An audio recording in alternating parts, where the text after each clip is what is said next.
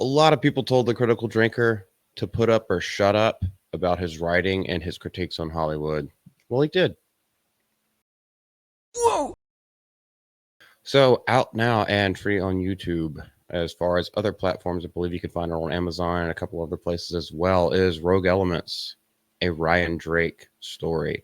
Now, this has been development for anybody who follows him for a long time, and now we get to see it in its full glory. So I'm going to be here reviewing some things. I've been fighting with myself whether or not I should do spoiler free or spoiler full. But what I've decided, because it basically feels like a pilot episode that they're pitching to studios in order to make it into a series, I'm not going to go spoiler full because it's only 44 minutes, so you can watch it for yourself.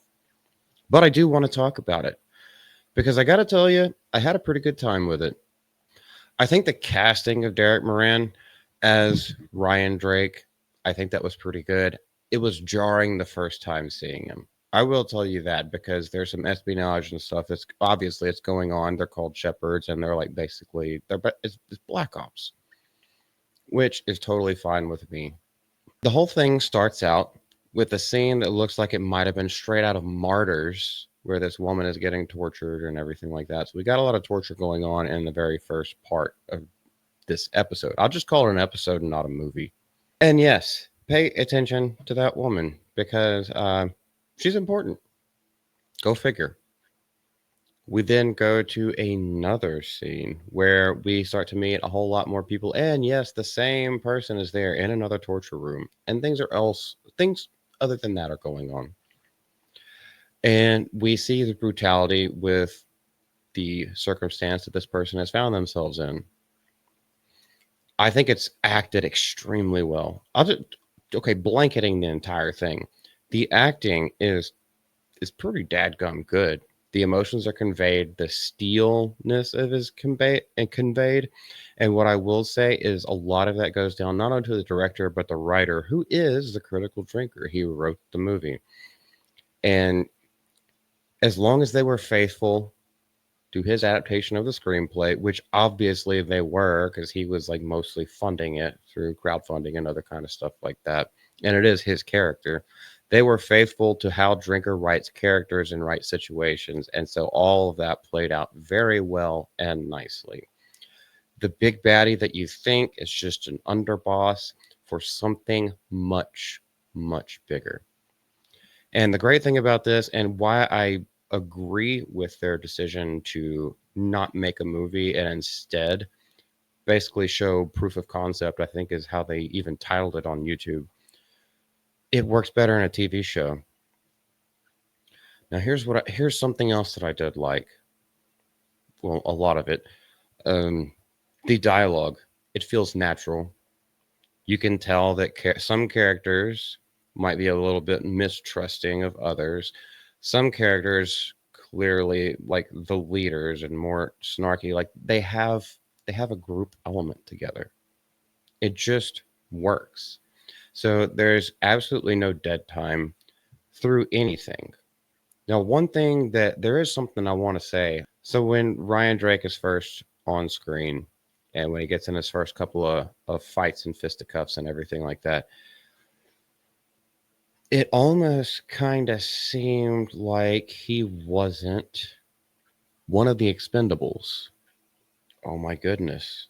We've got this devious, we don't know this guy's name. We don't know what he looks like. But now that we know his name, we can find him, that kind of stuff like that. And then he shows up and you're just like, this guy looks a little bit unassuming. And then when he does get into fights and everything like that, it's okay. He knows what he's doing, but he's also not the greatest. And you can see that a couple of times where like he relies on his team. Yes, he leads the team, but he also needs that team in order to succeed. And I think that's great, especially for upcoming stories. And hopefully someone picks this up. Just a little funny thing that I have to put in there. I noticed Drinker's cameo. He gets shot in the head by a woman, and that woman is, oh, that was good casting on that one. Not only does she play the part well, but she is fine. That must be Tatiana. I have a feeling it probably is. Honestly, I'm always kind of a fan of those kind of things. If they're a little bit tongue in cheek, it's like, oh yeah, Drinker got killed by a woman in modern Hollywood. Yeah, but that woman is written correctly. They're not the girl boss leader of everything, and she actually gets her throat slit at some point. And I won't tell you whether or not she survives. You just have to watch it. But yes, she does get a knife breaking skin on her throat. And just the way that everything was encapsulated, while so many movie parts are going around, especially in that scene, there are a couple of people whose characters they seemed like badasses, but you didn't really know much about them, and they're not around for very long. So there was stuff that I would have liked to see more of, but obviously you can tell you're entertained, or I can tell that I'm entertained when I want more. It's like, you should have given me more context. I wanted more stuff from this. That's a good thing. Keep people on the edge of their seats. And also, keep people on the edge of their seats, but don't blue ball them. Yes, I mean, I will say it's not a cliffhanger. So don't get that misconstrued. It's not a cliffhanger the way that it ends, but it leaves the door open for more things and more stories to come down the pipe later on. But this entire episode is a contained instance, and it's a 3-act. Oh my goodness, Drinker knows what he's doing with the writing. So anybody who had doubts with that, lay those to rest. It was a 3-act structure within this 45-minute episode, and still left you wanting more. Still left me wanting more. Now I do have some gripes. I noticed there were, and this had nothing to do with the writing of the dialogue or basically even the acting. The acting was all good. The stunts were pretty good too. There was only one use of CGI that just stood out to me as like, all right, that was a little iffy, but everything else was pretty good. Focus on the camera. There were a couple of out of focus frames and shots, more than one, shall we say. And there were ridiculous amounts of lens flares, which I don't know, maybe it's the old meme about J.J. Abrams, but that's it can be tastefully done. I think it was done way too much.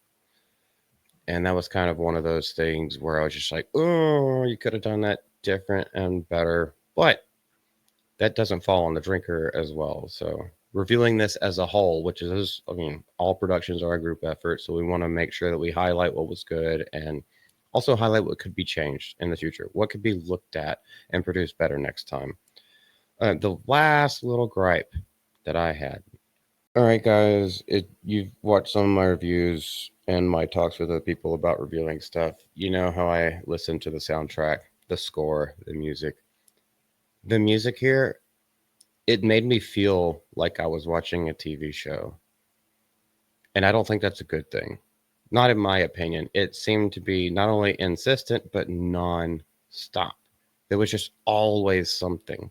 So if you ever wanted a moment of gravitas or something like that, no, there was always something playing in the background. And it was, to me, it seemed, this is not shitting on the person who did the music. I think his name is Maxim something. I saw it in the credits. Anyway, I don't want to bring it up right now while I'm just talking off the cuff. But goodness, the music was just, it was overbearing. I feel like it didn't need it a lot of the times. Obviously, you want a little bit of like hype tracks and stuff like that during like the big action set pieces and everything. But whenever it's in transitional phases between scenes and the music is still going and it changes to something else and then changes to something else, and then there's like no breathing room. The actual story, the way that it was written, the breathing room was there and would have made it hit with more gravitas. But the music kind of ruined that experience for me. But overall, especially for a pilot episode, which is basically what they're trying to do with this, for a pilot episode, I would rate it, and all my rating system is different than most. I would rate it a 7 out of 10. 7, not a 6, because I give it the 7 because I do want to see more. It was extremely competently done, extremely competently written, pretty competently shot, very competently acted. So it rates around a 7 because I'm interested in more. Have you seen it? If you haven't, get your butt on YouTube and go watch it right now. And let us know what you think in the comments. Hey, old Critica Drinker, you done good, kid. Now go away. I'm not even going to try to imitate you.